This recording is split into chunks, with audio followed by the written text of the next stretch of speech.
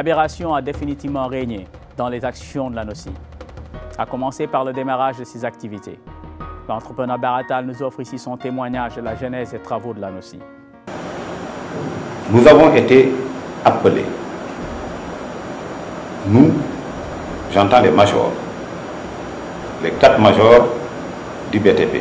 C'est GLS, CSE, CDE et Fougerolles devenu FH.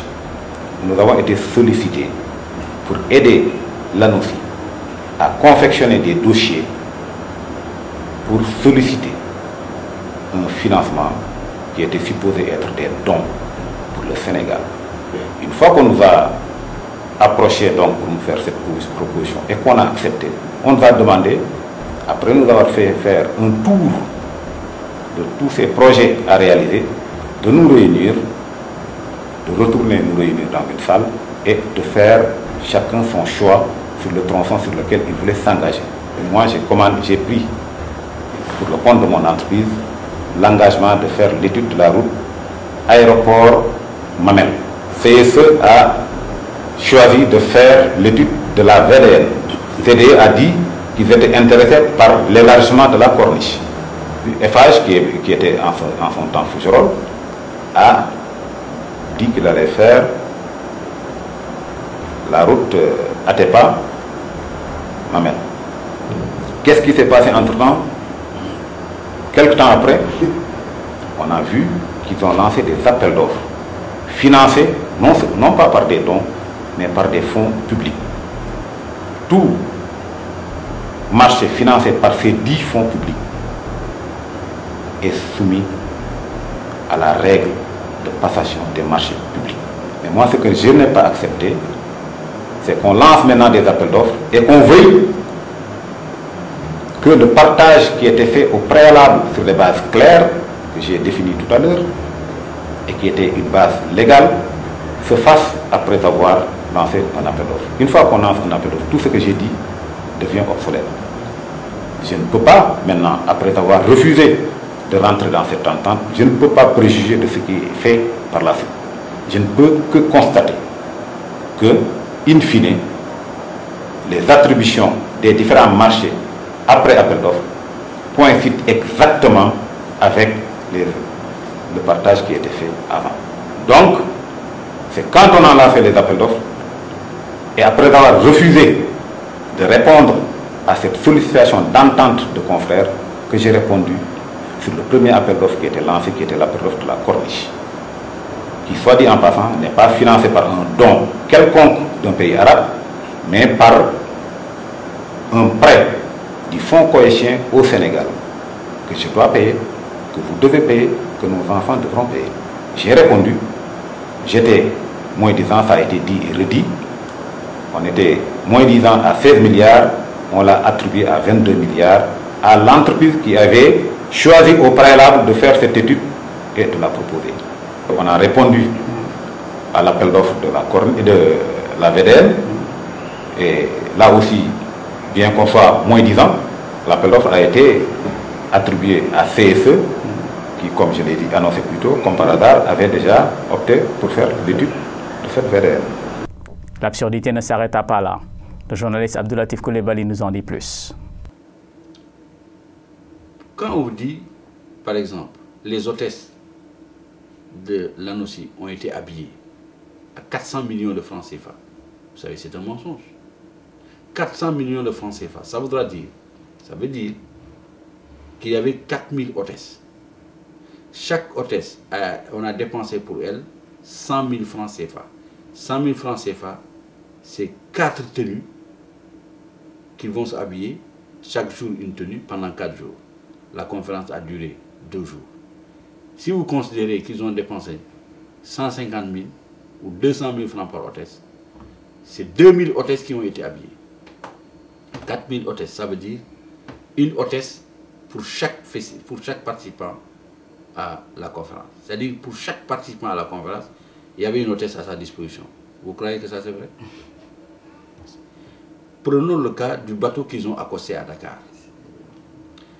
Pour louer ce bateau et faire une croisière en Méditerranée ou sur l'Atlantique Nord, en Méditerranée, si vous avez 700 millions de francs CFA, c'est-à-dire 1 200 000 $ américains, vous l'avez pendant 15 jours en croisière.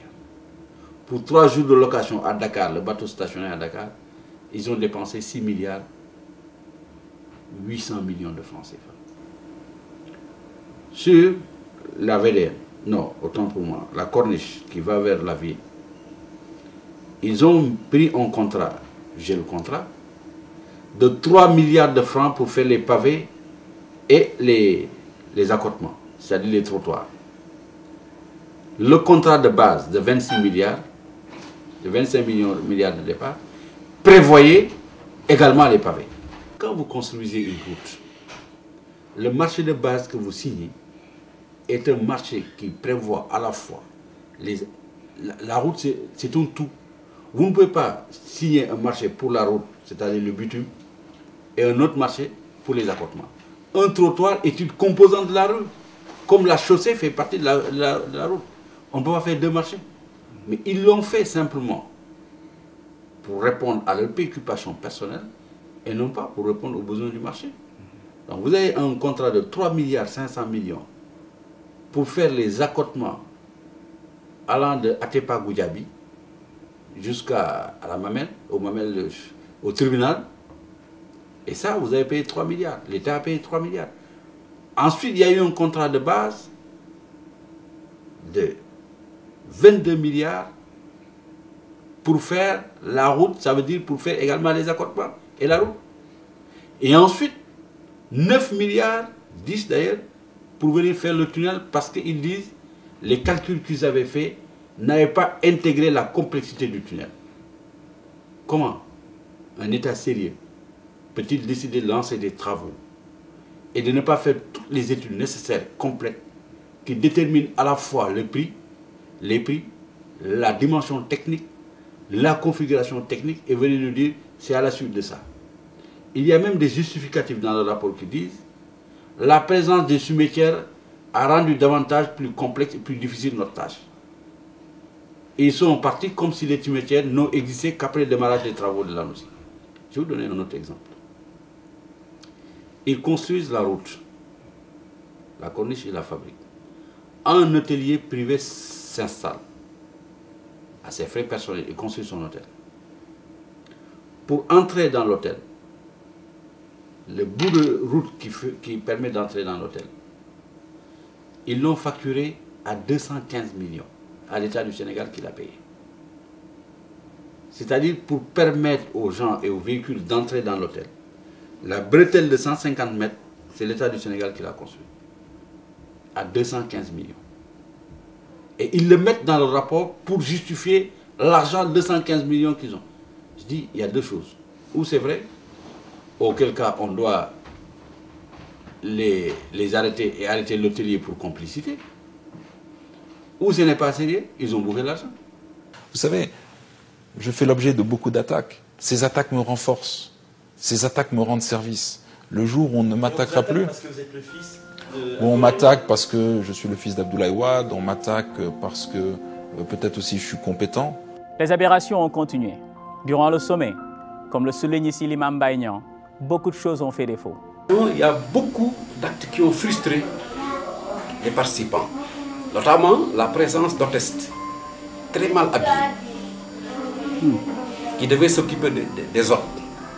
Il y a des hôtes parmi eux qui ne voulaient pas de ces hôtesses, parce que qui étaient habillés de façon